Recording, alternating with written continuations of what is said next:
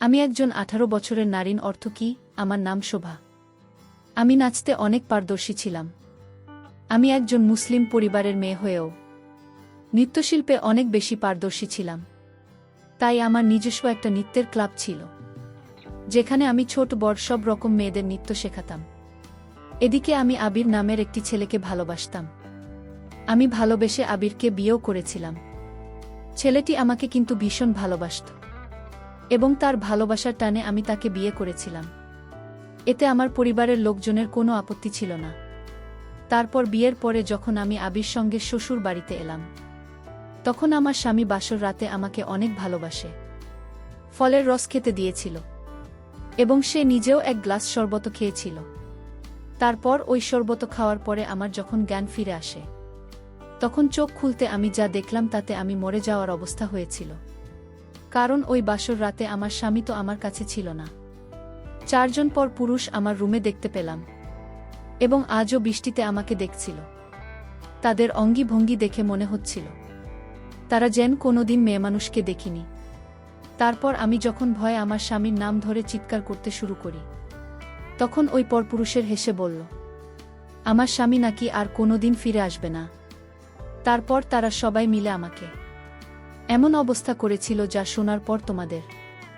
আসলে আমার বাবা মারা যাওয়ার পর সংসারের পুরো দায়িত্ব কিন্তু আমাকে নিতে হয়েছিল, কারণ আমার ভাই তখন পড়াশোনায় মগ্ন ছিল। সে যেহেতু পড়াশোনায় ভীষণ ভালো ছিল, তাই আমি তার পড়াশোনায় কোনো রকম ক্ষতি হতে দিতে চাইনি। তার ডাক্তারি পড়ার খুব ইচ্ছে ছিল। আমার ভাই অনেক মেধাবী ছাত্র ছিল বলে আমিও তার জন্য কষ্ট করে টাকা ইনকাম করে তার পড়াশোনায় খরচ করে দিতাম। এদিকে আমার মা বাড়িতে বসে খাবার হোম ডেলিভারি করত। কাস্টমারদের পছন্দের খাবার দাবার রান্না করে সময় মতো তাদের বাড়িতে পৌঁছে দিয়ে আসব এবং সেখান থেকে আমার মা কিছু টাকা ইনকাম করে নিত এবং মায়ের ইনকাম করা টাকা দিয়ে আমাদের সংসার চলত। এভাবে বেশ কিছু দিন চলার পরে একদিন হঠাৎ করে আমার নৃত্যের ক্লাস কিন্তু বন্ধ হয়ে যায়। কারণ কিছু মানুষ ছিল যারা চাইতো না যে আমি নৃত্যের ক্লাস করাই। তাই তারা আমার ছাত্রীদের অনেক বিরক্ত করত, আর তার জন্য আমার নৃত্যের ক্লাসটাও বন্ধ হয়ে যায় এবং আমার ইনকাম করা সেই রাস্তাটাও বন্ধ হয়ে যায়। আর আমার ইনকাম বন্ধ হয়ে যাওয়ায় আমি অনেক বেশি চিন্তিত ছিলাম যে এবার আমি কিভাবে আমার ভাইয়ের পড়াশোনার খরচ তুলব। ঠিক ওই সময় আমার দূর সম্পর্কের এক চাচা আমাদের বাড়িতে আসে। আমাদের সেই দূর সম্পর্কের চাচাকে দেখা মাত্রই আমরা অনেক খুশি হয়েছিলাম, কারণ একমাত্র উনিই তো ছিলেন যিনি বাবা মারা যাওয়ার পরে অন্ততপক্ষে আমাদের খোঁজ খবর নিতেন। উনি সেদিন অনেক খুশি হয়ে আমার মাকে ও আমাকে বললেন আমাদের জন্য নাকি একটা খুশির খবর আছে। তারপর উনি বললেন আমার জন্য নাকি একটা ভালো জায়গা থেকে কাজের অফার এসেছে। এটা অনেক বড় ইভেন্ট আছে, সেখানে নাকি জয়েন করতে পারলে অনেক টাকা পাওয়া যাবে। এবং আমি যেহেতু নাচে অনেক বেশি পারদর্শী ছিলাম, তাই আমার চাচা খুব ভালোভাবেই জানি যে তারা আমাকে খুব সহজেই কাজে নির্বাচিত করবে। তার 2 দিন পরে আমি যখন খুব খুশি হয়ে চাচার সঙ্গে শহরে আসি, তখন ওই প্রোগ্রামের যিনি মালিক ছিলেন উনার সঙ্গে আমিও চাচা দেখা করেছিলাম এবং মালিক আমার মাথা থেকে পা পর্যন্ত খুব ভালোভাবে দেখে বলেছিল, আজ সন্ধেবেলায় আমার বাকি মেয়েদের সঙ্গে তুমিও ভালোভাবে সেজেগুজে তৈরি হয়ে থাকবে এবং সেখানে গিয়ে নিজের নৃত্য নাচ দেখাবে।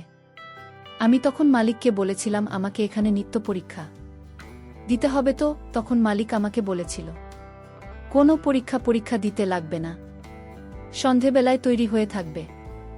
এই কথা বলে উনি 10,000 টাকা আমার হাতে অগ্রিম দিয়ে বলেছিলেন, এটা হচ্ছে তোমার প্রথম প্রোগ্রামের অগ্রিম টাকা। একটা প্রোগ্রামের জন্য 10,000 টাকা দেখে তো আমি খুব খুশি হয়েছিলাম এবং আমার চাচা আমার মাথায় হাত বুলিয়ে দিয়ে বলেছিল, দেখলি তো তোকে কত ভালো জায়গায় আমি কাজ দিয়েছি। তারপর সেদিন সন্ধেবেলায় যখন আমি বাকি মেয়েদের সঙ্গে তৈরি হচ্ছিলাম, তখন জানি না কেন আমার মনে একটু খটকা লেগেছিল। কারণ বাকি যে মেয়েরা ছিল তারা আমাকে দেখে বলেছিল, আরে শোভা, চিন্তা করিস না, শুধুমাত্র একদিন গেলে এই ছবি সহজ হয়ে যাবে, তাই চিন্তার কোনো কারণ নেই। সেদিন যেহেতু আমার প্রথম প্রোগ্রাম ছিল, তাই আমি একটু ভয়ে ছিলাম, কিন্তু আমার সঙ্গে বাকি যে 3টি মেয়ে ছিল তারা আমার মনের সাহস দিয়েছিল। কারণ আমি আগে বাচ্চাদের একটা রুমে নাচ শেখাতাম, কিন্তু আমি কখনো কোনো অনুষ্ঠানে গিয়ে নিজে নাচ করিনি। তারপর আমরা যখন 4 জনেই তৈরি হয়ে গেছিলাম, তখন আমাদের দেহের কি, আমাদেরকে দেখে বলো তোমরা তাড়াতাড়ি নিচে চলে এসো। গাড়ি চলে এসেছে। ওই দেহরক্ষীর নাম ছিল আবির। তারপর আমাদের দেহের কি মানে আবির আমাদেরকে সেখানে নিয়ে গিয়েছিল যেখানে আমাদের হওয়ার কথা ছিল। আবিরের কাজ ছিল মেয়েদেরকে সঙ্গে করে নিয়ে যাওয়া, আবার মেয়েদেরকে সঙ্গে করে বাড়িতে নিয়ে আসা। কিন্তু যেখানে আমাদেরকে নিয়ে যাওয়া হয়েছিল, সেখানে গিয়ে দেখি কোনো স্টেজ বা মণ্ডপ ছিল না। সেখানে তো অনেক ধনী ব্যক্তিরা ছিল, যারা শুধু আমাদেরকেই বারবার ঘুরে ঘুরে দেখছিল। কিন্তু আমি সেখানে কোনো স্টেজ বা মণ্ডপ দেখতে পাইনি যেখানে আমরা নিজেদের নৃত্য নাচ দেখাতাম। তারপর আমি যখন কোনো স্টেজ দেখতে পাইনি, তখন বাকি মেয়েদের জিজ্ঞেস করলাম যে এখানে তো কোনো স্টেজ বা মণ্ডপ নেই। তখন আমার সঙ্গে থাকা বাকি মেয়েরা যা বলেছিল সেটা শুনে তো আমার মাথা পুরো ঘুরে উঠেছিল। আসলে ওই মেয়েরা বলেছিল, আরে শোভা, কোনো স্টেজ লাগবে না, আমাদের তো এটি উদ্দেশ্য যে বড় লোকদের সাথে ঘরে গিয়ে টাকা ইনকাম করা। তখন আমার আর কোনো কিছুই বুঝতে বাকি ছিল না যে আমার চাচা আমাকে কোনো জায়গায় কাজ করাতে নিয়ে এসেছে, এবং সেই জায়গায় কিন্তু আমার চাচা ও মালিক উপস্থিত ছিল। তারপর আমি যখন সবকিছু জানতে পেরে অনেকে রেগে গিয়ে মালিকের কাছে গিয়ে বলেছিলাম যে এই হচ্ছে আপনার অনুষ্ঠান, প্রোগ্রামের নাম করে এসব মানসিকতার লোকেদের সামনে আমি কিন্তু নাচ করতে পারবো না। প্রোগ্রামের নাম করে আপনি তো আমার সঙ্গে ছলনা করেছেন। আমার সব কথা শুনে মালিক তখন অনেক বেশি রেগে গিয়ে আমার চাচাকে ডেকে বলেছিল, তোমার ভাতিজিকে ভালো করে বুঝিয়ে বলো যাতে এখানে কোনো রকম ঝামেলা না করে, কারণ এখানে সব বলল কাল সম্মানী লোকেরা আছে। আমার চাচা তখন আমাকে নিজের কথার জালে ফাঁসানোর অনেক চেষ্টা করেছিল, এটা বলে যে আমি যদি এই কাজটা ছেড়ে দিই তাহলে আমার ভাইয়ের পড়াশোনা টাকা কোথা থেকে আসবে। আমি তখন মালিক ও আমার চাচাকে বলেছিলাম আমি অন্য কোনো কাজ করব তাও ভালো, কিন্তু আমি এই ধরনের লোকেদের কাছে সে জানাতে পারব না এবং নিজের মান সম্মান নষ্ট করতে পারব না। আমি এই সব লোকেদের সামনে নাচব না। তখন মালিক অনেক রেগে গিয়ে আমাকে বলেছিল, তাহলে আমার 10,000 আমাকে এক্ষুনি ফেরত দেয় আর বেরিয়ে যা আমার এখান থেকে, তোর মতো আমি অনেক মেয়ে পেয়ে যাব। তারপর আমি আমার ব্যাগ থেকে 10,000 বের করে মালিকের হাতে দিয়ে সেখান থেকে রাগ করে চলে আসলাম। পরের দিন সকালবেলাতেই বাড়ি ফিরে চলে এসেছিলাম, এবং সেদিন আমার মন মেজাজ কিন্তু খুবই খারাপ ছিল, কারণ আমি চাচার উপর ভরসা করে উনার সঙ্গে গিয়েছিলাম। কিন্তু উনি তো আমাকে অন্য উদ্দেশ্য নিযুক্ত করেছিলেন যে মান সম্মান বলে কিন্তু কিছুই থাকে না, কারণ ওই ধরনের উদ্দেশ্য যে কোনো সময় যে কোনো মুহূর্তে কিন্তু যে কোনো লোক মেয়েদের অন্য কিছু করে বসতে পারে, এবং এতে আমরা কিছু বলতে পারবো না। আর আমার কাছে তো আমার মান সম্মান অনেক মূল্যবান ছিল, তাই আমি টাকাটাকে সাইডে রেখে নিজের মানসম্মানের কথা ভেবে ওইখান থেকে নিজের বাড়ি ফিরে চলে এসেছিলাম। বাড়ি ফিরে আসা মাত্রই আমার ভাই অনেক খুশি হয়ে আমাকে জিজ্ঞেস করল, আপু তোমার প্রথম অনুষ্ঠানটা কেমন হল? ঠিক ওই সময় আমার ভাই ও মাকে কিছু বলার আগেই কিন্তু আমাদের বাড়ির সামনে কিছু লোক জড়ো হয়েছিল এবং আমার মাকে কিন্তু উল্টোপাল্টা কথা বলছিল। তারপর আমরা সবাই যখন বাড়ির বাইরে আসি, তখন দেখি 45 জন লোক আমাদের বাড়ির বাইরে দাঁড়িয়েছিল, ও তার মাঝে 2 জন লোক এগিয়ে এসে আমাকে বলল, হোম ডেলিভারির নাম করে আপনি আমাদেরকে এত জঘন্য খাবার দিচ্ছেন, আপনাদের লজ্জা করে না? আমরা টাকা দিয়ে তোমাদের কাছ থেকে খাবার কিনে খাই, তার বদলে তোমরা আরশোলা দেওয়া ভাত ও তরিতরকারি আমাদের খাইয়ে মেরে ফেলা ধান্দা শুরু করেছে আজকের পর থেকে। কিন্তু আমরা কেউ তোমাদের কাছ থেকে আর হোম ডেলিভারি বা তোমাদের কাছ থেকে কোনো খাবার কিনে খাবে না। আমি তখন এগিয়ে এসে তাদের সবার সামনে হাত জোড় করে বলেছিলাম, আপনাদের হয়তো কিছু ভুল হচ্ছে, কারণ আমার মা খুব যত্ন সহকারে ও পরিষ্কার পরিচ্ছন্নভাবে আপনাদের হোম ডেলিভারি দেয়। তার মাঝে একটা লোক তার হাতের টিফিন বক্সটা ছুঁড়ে ফেলে দিয়ে বললেন, অত যদি যত্ন সহকারে আমাদের খাবার দিত তাহলেই ভাতের মধ্যে আরশোলা কোথা থেকে এল? তারপর টিফিন বাটি ছুঁড়ে ফেলে দেওয়ার পরে যখন ভাতের দিকে আমাদের চোখ পড়ল তখন দেখলাম সত্যি কিন্তু ভাতের মধ্যে বেশ কয়েকটা মরা আরশোলা ছিল, যেটা দেখে আমার মন খারাপ করতে শুরু করেছি। এবং সেদিনের পর থেকে কিন্তু আমার মায়ের ব্যবসাও বন্ধ হয়ে গেছিল এবং সেদিন আমি আমার মা ও ভাইকে আর কিছুই বলিনি যে আমি যেখানে কাজ করতে গেছিলাম সেটা কী ধরনের কাজ ছিল, কারণ বাধ্য হয়ে আমাকে আবার চাচার কথা শুনে মালিকের কাছেই কাজ করতে যেতে হয়েছিল। কারণ আমার তো সব রাস্তা একেবারে বন্ধ হয়ে গিয়েছিল। অবস্থায় যখন আমাকে মালিকের কাছে আবার আসতে হয়েছিল, তখন আমি বাধ্য হয়ে এটাকে আমার ভাগ্য বলে মেনে নিয়েছিলাম। তাছাড়া তো আমার কাছে আর কোনো উপায় ছিল না, কারণ আমার মা ও ভাইয়ের দেখাশোনার জন্য আমাকে বাধ্য হয়েই সেই উদ্দেশ্য নিযুক্ত হতে হয়েছিল। তারপর মালিক যেখানে আমাকেও আরও বাকি মেয়েদেরকে নাচ করতে পাঠান, সেখানে আমরা গিয়ে নাচতাম এবং আমাদের সঙ্গে গার্ড নিয়ে যেত। এবং আমরা যে বাড়িতে থাকতাম মাঝে মধ্যে আবির আমাদেরকে সেই বাড়িতে ছেড়ে দিয়ে আসত, বিশেষ করে যেখানে আমার মালিক আমাকে একাই নাচ গান করতে পারেন।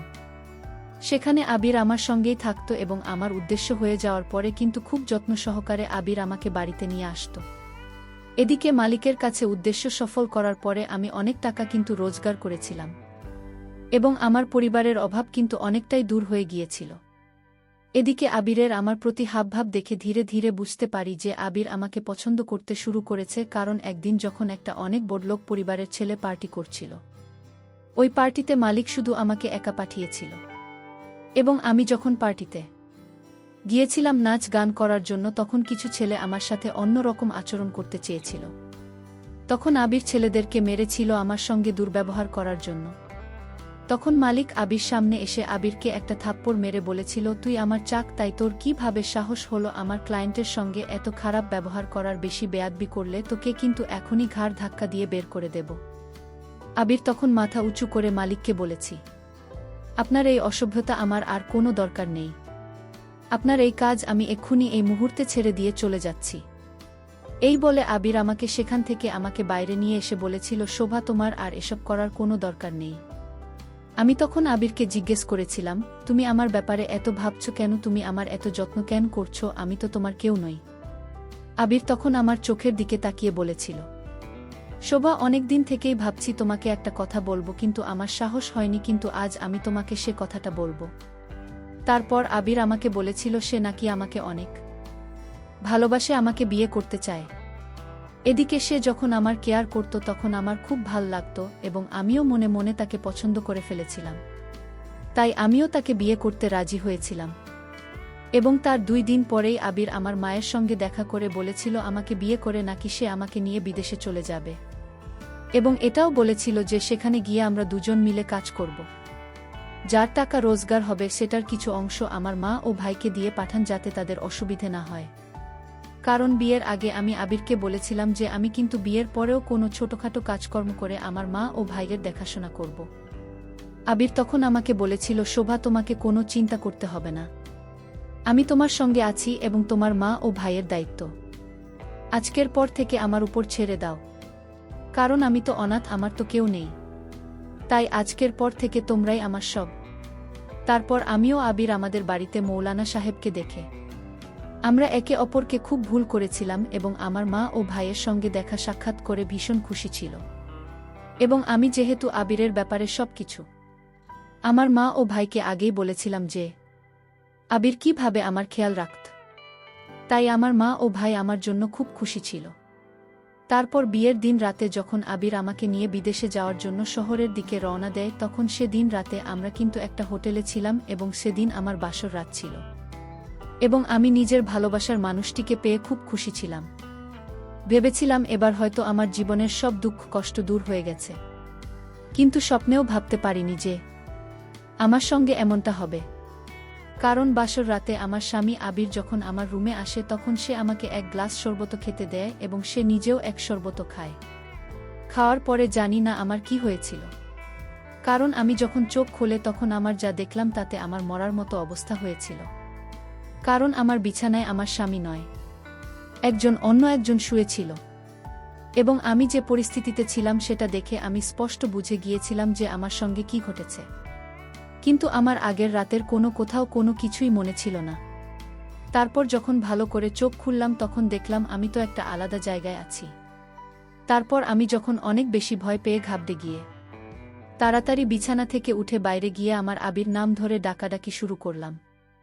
তখন দেখলাম সেখানে অনেক মহিলা ও মেয়েরা ছিল। এবং আমি যখন একটা মহিলাকে জিজ্ঞেস করলাম যে এই জায়গাটা কোথায়, তখন সে আমাকে ওই জায়গাটার ব্যাপারে যা বলেছিল সেটা শুনে তো আমার মাথাটা ঝিম ধরে ঘুরতে লাগল। তারপর আমি যখন তাড়াহুড়ো করে সিঁড়ি দিয়ে নিচে নামলাম,